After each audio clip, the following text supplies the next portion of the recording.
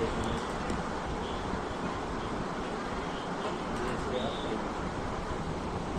पहले 1 कह रहा है 1 फाइल वाले तो 1 फाइल कर देता हूँ। देख लो 1 कैसे बिल वाली कैसे फाइल होगी, तो यहाँ पे हम बस टिक कर देते हैं।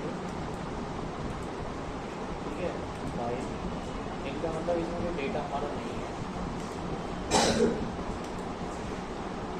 फाइल की दी OTP जाएगा, OTP डालेंगे तो रिटर्न फाइल हो जाएगी नील की, तो बिना डेटा की OTP STR फाइल कर।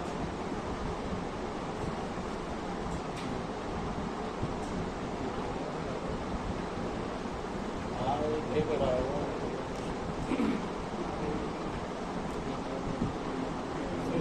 और ये फाइल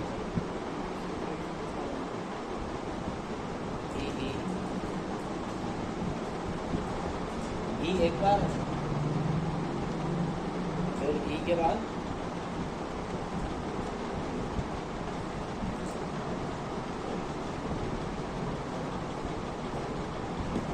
रिटर्न फाइल कर दिए था, क्योंकि वो एक्टिव नहीं हो रही थी GSTR नहीं थी उसमें GSTR। अब देखो यहाँ पर आएंगे प्रिपेयर होना,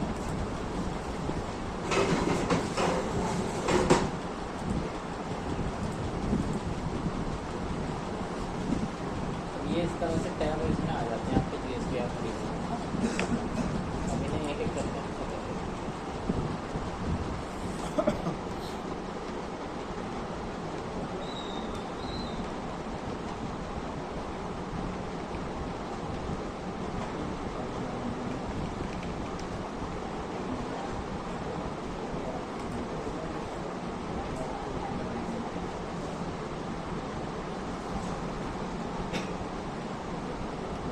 देखो सबसे पहले इसमें होता है 3.1 नोटबुक मिलेगा, याद नहीं रहा 3.1 टैक्स ऑन आउटवर्ड। ये 3.1 है आपका आउटवर्ड और इनवर्ड सप्लाई की। तो यहाँ पर पहला है outward taxable supply other than zero rated, nil rated and exempted. 3.A में आपकी आउटवर्ड टैक्सेबल सप्लाई आएगी जो जीरो रेटेड और नील रेटेड नहीं आएगी इसके अंदर, है ना। तो जीरो रेटेड होती है एक्सपोर्ट वाली और नील रेटेड एक्सेप्टेड होती है जिसमें टैक्स नहीं लगता। उसे छोड़ के जो आउटवर्ड टैक्सेबल सप्लाई है वो इसके अंदर आती है। तो यहाँ पर टोटल टैक्सेबल वैल्यू डाली जाती है, उस पर कितना IGST लगा, कितना CGST GST लगा वो डाला जाता है, समरी आती है। तो ये समरी GSTR पर जैसे फाइल होगी तो अपने आप यहाँ फिल हो जाती है ना, लेकिन हमें पता होना चाहिए कि यहाँ पर फिगर क्या आ रही है।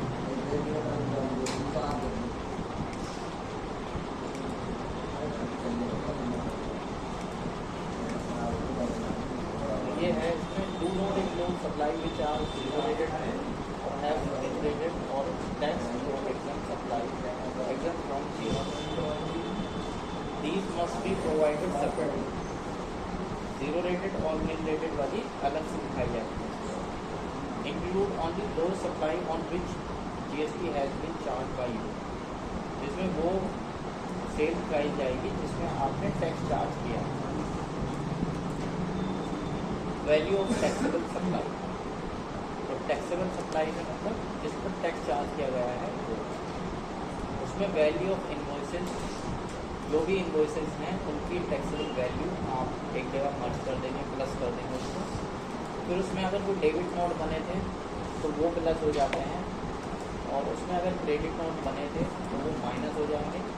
Value of advance receive for which invoice has not been issued in the same month, अगर ऐसी इनवॉइस ऐसे एडवांस आपके पास आए हैं जिस पर टैक्स लाइबिलिटी दिया है, वो टैक्स जमा कर देगा आप, जिसके अगेंस्ट अभी आपने कोई बिल नहीं बनाया तो वो प्लस हो जाएगी। और माइनस क्या होगा, value of advance adjusted against invoices, detail of advance as well as adjustment of advance against invoices are not required to be shown separately। तो ऐसे बिल भी इसमें जो है ऐसे एडवांस भी माइनस हो जाएंगे जो आपका इनके अगेंस्ट, यदि पिछले महीने में जिनके एडवांस आए थे इस महीने में उनके बिल कर देते हैं, तो ऐसे एडवांस को आप माइनस कर दोगे। तरह से समझता हूँ तो मैं यहाँ पर शो होती है ना। तो यहाँ जितने बिल होंगे आपके वैल्यू ऑफ इनवॉइसेस का मतलब जो भी बिल आपने बनाया पूरे महीने में, ठीक है, ये पूरे 3 महीने में जो क्वार्टर में बनाए उन सारे बिलों की टैक्सेबल वैल्यू जो होगी वो आप यहाँ पर ये डाल दोगे, यहाँ पर डाल दोगे आप यहाँ पर आके। तो यहाँ पर आप वो लिख दोगे, साइड टोटल कर लोगे। उसके बाद जो डेबिट नोट बनेंगे पूरे महीने में उनकी वैल्यू यहाँ पर आ जाएगी आगे। जैसे 5 लाख वो वैल्यू, 10 लाख वो इनवॉइसेस की वैल्यू थी टैक्सेबल, और 5 लाख हो गई आपकी इसकी वैल्यू ऑफ डेबिट नोट्स वगैरह। फिर उसमें क्रेडिट नोट है जो 2.5 लाख रुपए के हैं, तो ये माइनस हो जाते हैं, ब्रैकेट जिसमें लिखे हुआ है इसका मतलब माइनस हो गए। तो क्रेडिट नोट की वैल्यू आप लेस कर दोगे, माइनस कर दोगे इसमें, ठीक है। इसके अलावा value of advance receive for which invoices have not been issued in the same month.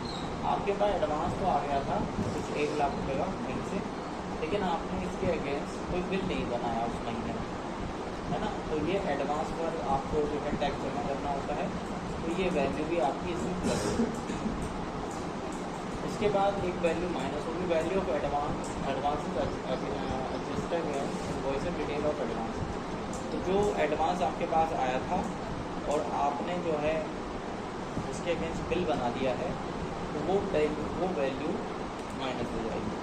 तो इस तरह से माइनस प्लस होगी, ये वैल्यू आएगी आपकी जो वैल्यू ऑफ टैक्सेबल सप्लाई होगी, यानी यहाँ पर जो टैक्सेबल वैल्यू होगी वो आप यहाँ पर लिख दोगे, है ना।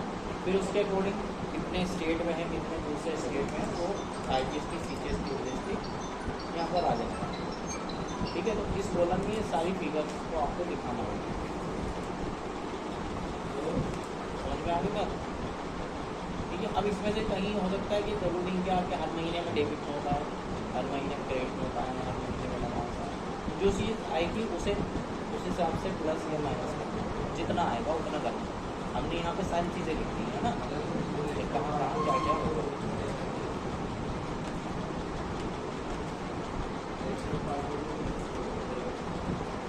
इसके बाद नेक्स्ट ये पॉइंट है इसका B, outward taxable supply zero rated. Zero rated में आपकी जो एक्सपोर्ट वाली सेल होगी, जो आपने दूसरे स्टेट दूसरी कंट्री में माल बेचा है, तो वो टैक्सेबल वैल्यू आपकी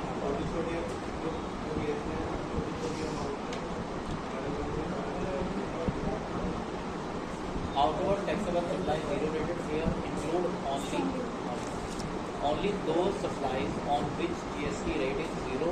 Rated supply are export on supply made to SEZ, जो स्पेशल इकोनॉमिक जोन में जा रही है आपकी सप्लाई, ये एक्सपोर्ट हो रही है, वो आपकी यहाँ पर आएगी वैल्यू, है ना। तो इस पर जो टैक्स होगा वो यहाँ जाएगा। अगर आपने एक्सपोर्ट के अगेंस्ट टैक्स पेड किया है तो यहाँ आएगा, और टैक्स पेड नहीं किया है तो इसको ज़ीरो ही रखोगे, क्योंकि दो तरह से हम एक्सपोर्ट करते हैं, या तो टैक्स पेड करके आप एक्सपोर्ट करोगे, या विदाउट टैक्स, और विदाउट टैक्स हम एक्सपोर्ट करते हैं, है ना। तो जिस हिसाब से ये आपका, उस हिसाब से आप अपने यहाँ पर जीरो रेटेड में दिखाओगे। जीरो रेट से मतलब 0% से मतलब नहीं होता है, एक्सपोर्ट से मतलब होता है। नेक्स्ट पॉइंट इसमें other outward supply nil rated exempted. अब जो माल आपने बेचा है जिस पर टैक्स नहीं लगा, यानी बिल ऑफ सप्लाई है ना, तो ऐसे माल की जो टैक्सेबल वैल्यू वो यहाँ पर शो करते हैं, उसकी यहाँ पर शो करेंगे, ठीक है।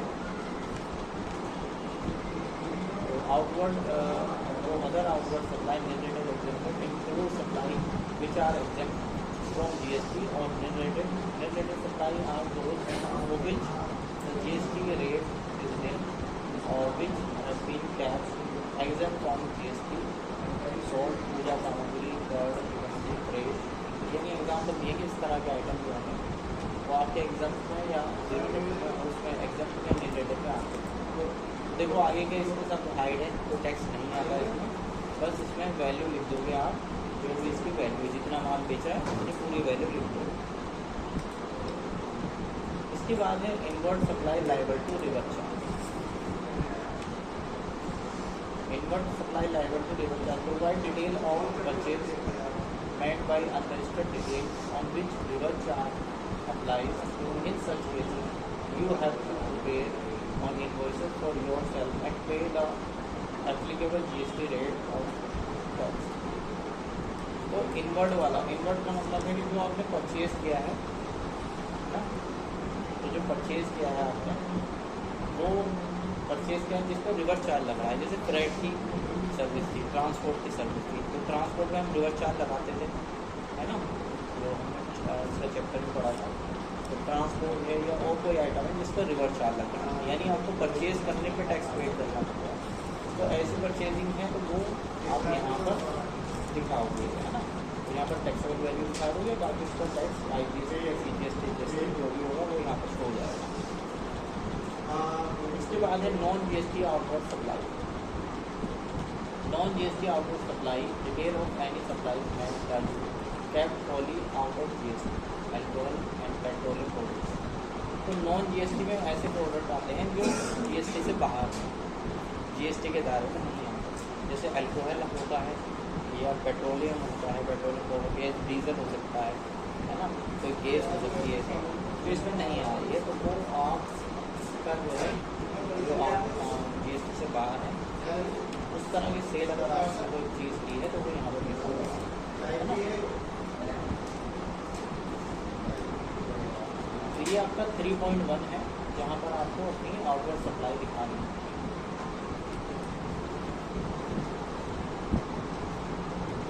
Next है 3.11 supply notified section 95 of CGST act 2017, है ना।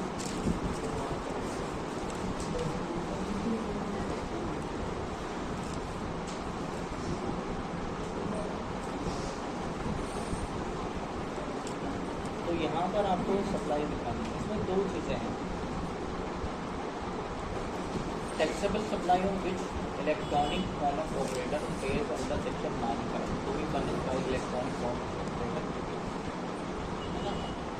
और taxable supply made by registered person to electronic form of operator on which electronic form of operator is required to pay under section 95 to be furnished by registered person forming supply to e commerce operator.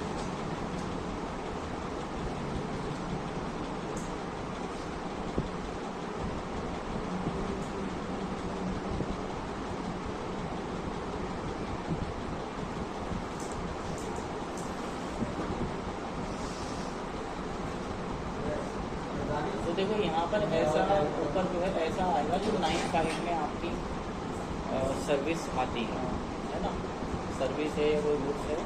तो 95 में क्या था, 95 में ऐसी चीज़ थी जैसे आपका hotel था, होटल की सर्विस ऑनलाइन प्रोवाइड कर रहे हो, या ट्रांसपोर्ट ऑफ पैसेंजर, है ना, या जो है हाउस कीपिंग सर्विसेज होती है, इलेक्ट्रिशियन और प्लम्बर वगैरह से, कारपेंटर वगैरह से रिलेटेड जो ऑनलाइन सर्विस प्रोवाइड कर रहे हो, ठीक है। अगर उसकी लाइबिलिटी आपकी, आप उस पर टैक्स पेड कर रहे हो तो यहाँ पर शो करेगा, है ना।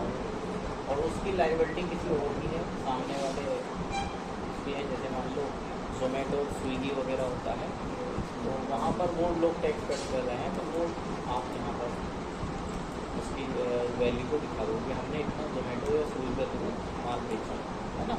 तो दोनों तरह की आपको ये सेल विद सेल दिखाना है ना।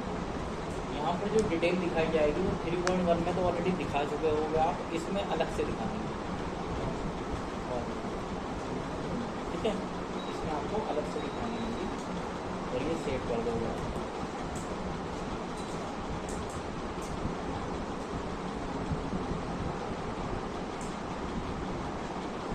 फिर है 3.2 इंटर स्टेट सप्लाई।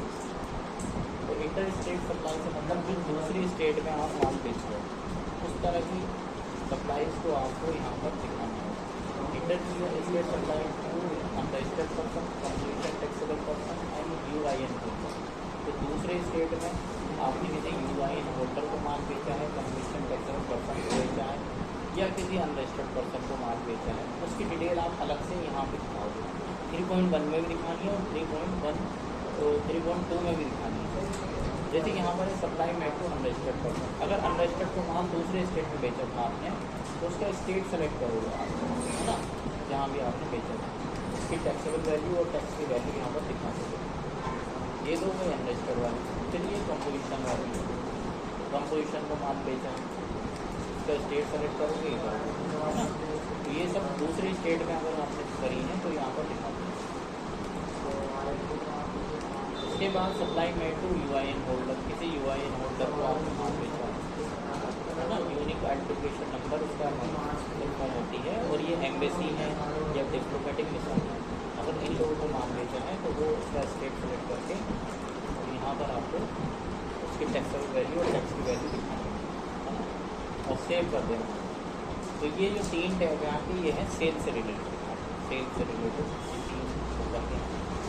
फिर आया नीचे परचेज, ये एलिजिबल आइटम परचेज, है ना।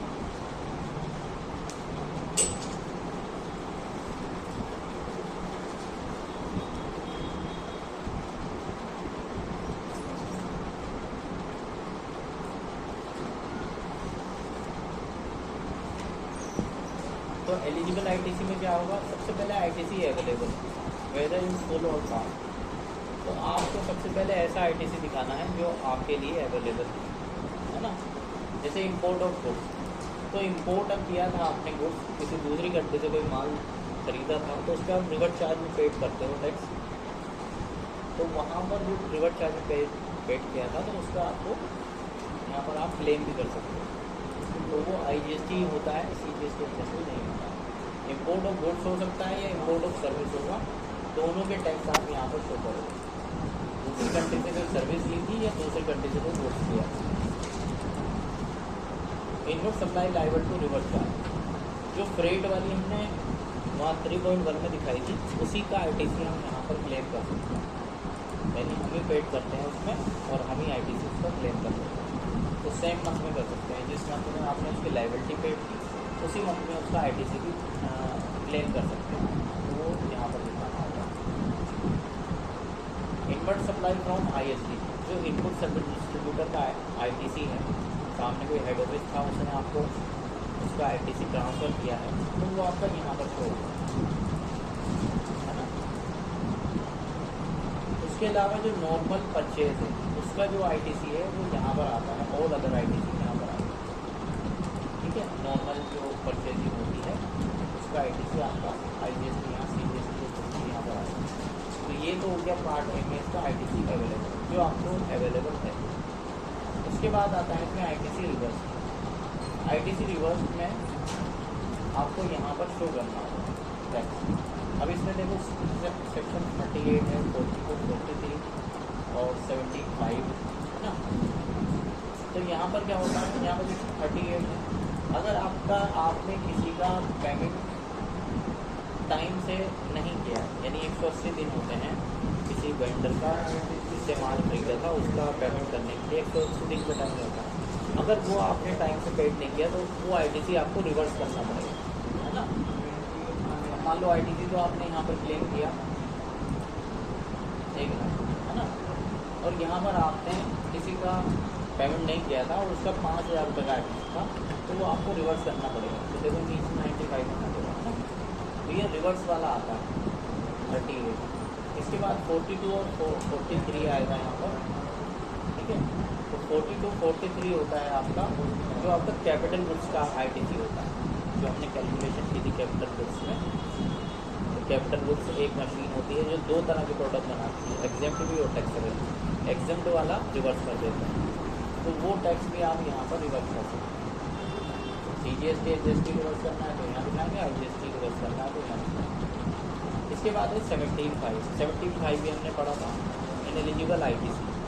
तो इनएलिजिबल ITC जो हमने पढ़ा था वो वहाँ पर, जिसमें मोटर कार, ठीक है, मोटर कार का टैक्स नहीं ले सकते हैं, फूड एंड बेवरेज का टैक्स नहीं क्लेम कर सकते हैं, बहुत सारी चीज़ें थी वो हमने पढ़ी थी उसमें इनएलिजिबल ITC वाले चैप्टर में।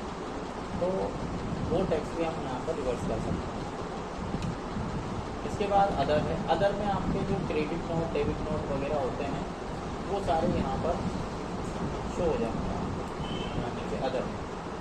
क्रेडिट नोट बना है, कोई डेबिट नोट बना है, परचेज के अगेंस्ट, है ना, तो वो आप यहाँ पर दिखा सकते हैं। परचेज के अगेंस्ट, सेल्स के अगेंस्ट, जो डेबिट क्रेडिट नोट है वो यहाँ पर शो हो जाते हैं।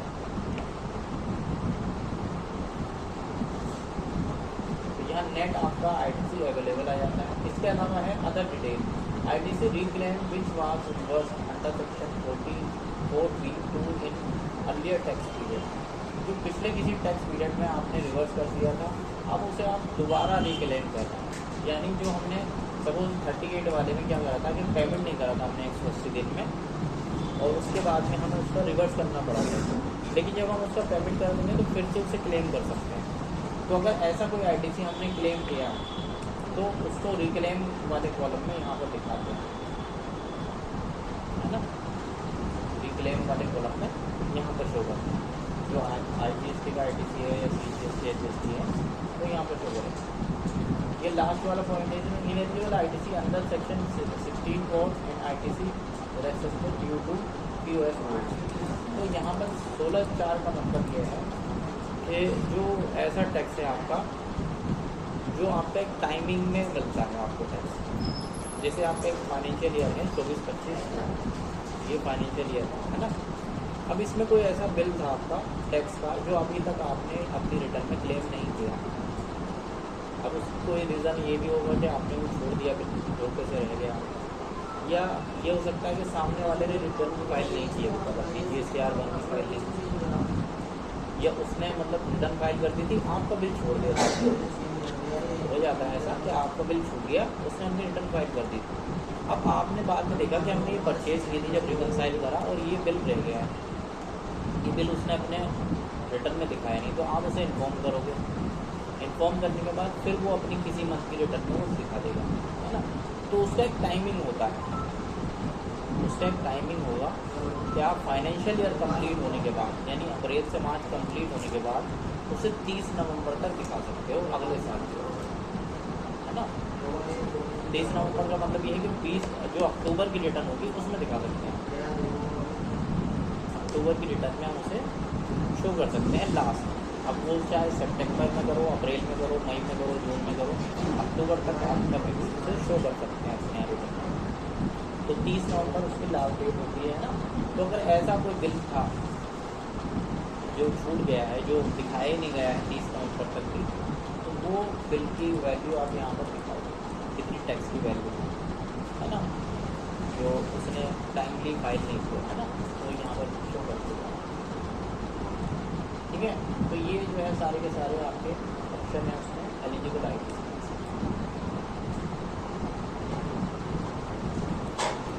नेक्स्ट पॉइंट है इसका exempt nil and non GST inward supply.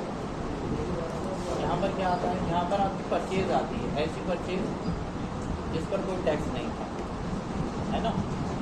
आपने माल तो खरीदा लेकिन उस प्रोडक्ट पे या उस सर्विस पर टैक्स नहीं था, तो वो आप यहाँ दिखाओगे। इंटर स्टेट दूसरे स्टेट की है तो यहाँ दिखाओगे, सेम स्टेट की है तो यहाँ दिखाओगे। कुछ नॉन GST सप्लाई हो सकती है, जैसे डीजल पेट्रोल वगैरह खरीदा हो आपने, सेम स्टेट से खरीदा है तो यहाँ, दूसरे स्टेट से खरीदा है तो यहाँ, है ना। तो इस तरह की आपकी परचेज यहाँ पर आती है, एक्सेप्ट परचेज जो आती है यहाँ पर शो करती है। इसके बाद interest and let fees for previous tax period. तो पिछले अगर कोई रिटर्न आपकी लेट हुई थी इस महीने से पहले, तो उसकी ऑटोमेटिक इंटरेस्ट और लेट फीस आ जाएगा। इंटरेस्ट का मतलब होता है कि आपके ऊपर टैक्स लायबिलिटी थी, टैक्स जमा नहीं किया था, तो उस टैक्स पे जैसे 20 तारीख लास्ट डेट होती है, 20 के बाद में जमा किया था पिछले महीने का टैक्स आपने, उस पर जो भी इंटरेस्ट बचा होगा वो ऑटोमेटिक कैलकुलेट होकर आ जाएगा। और आपने अगर रिटर्न भी लेट फाइल की तो लेट फीस भी यहाँ पर कैलकुलेट हो जाएगी, मगर इस मंथ की नहीं होती, पिछले मंथ की होती है ना। पिछले मंथ की हमें अगले मंथ में पेड करनी होती है, ठीक है।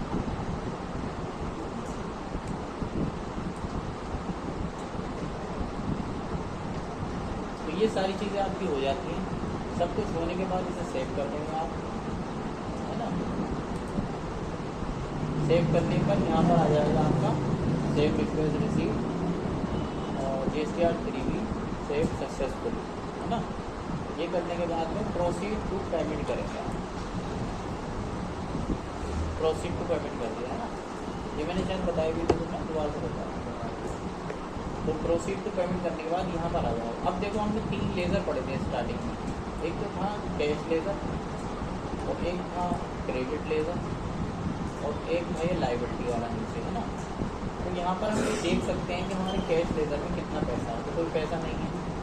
जैसे टैक्स ये है, इंटरेस्ट ये है, लेट फीस ये है। तो टैक्स में IGST, CGST, HST, late fee में इंटरेस्ट, IGST, CGST, HST, है ना। तो सब यहाँ पर आएगा, अगर आपका पैसा होगा तो यहाँ शो होगा। उसके बाद ITC है आपका, तो ITC में IGST का इतना है, CGST, HST इतना, ये ITC का है।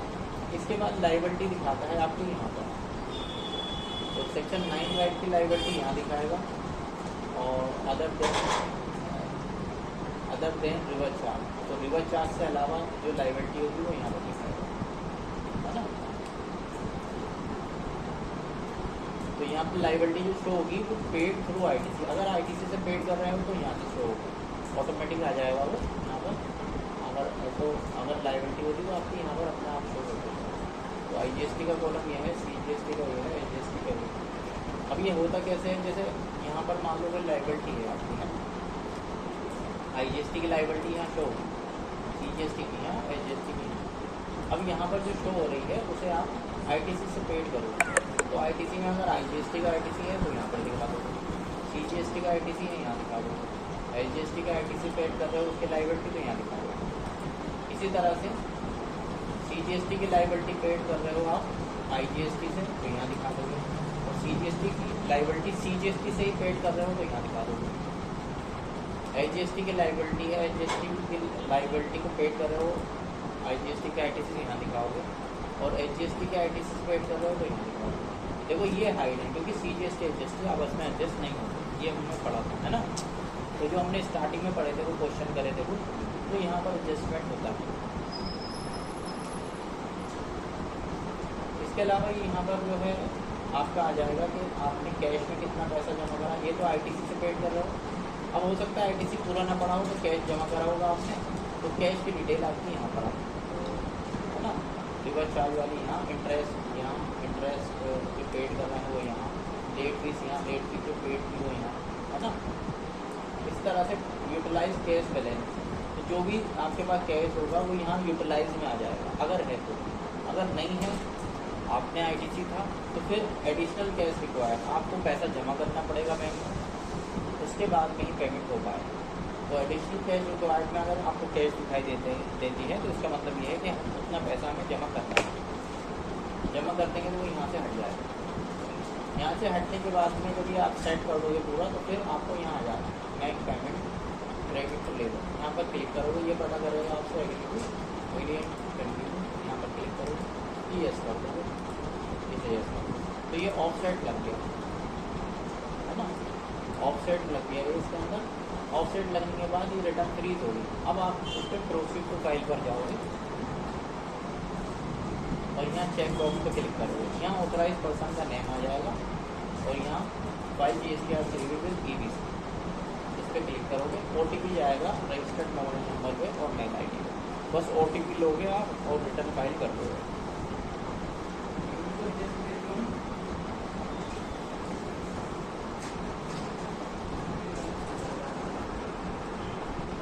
ठीक है, तो ये मैसेज आ गया था उसको मैंने वो कर दिया है ना, तो ये फाइल का नाम हो गया फाइल, तो ये आपकी आ गई फाइल। तो इस तरह से रिटर्न आपकी फाइल हो जाती है ना। ये आपकी GSTR 3 में भी हो गई है।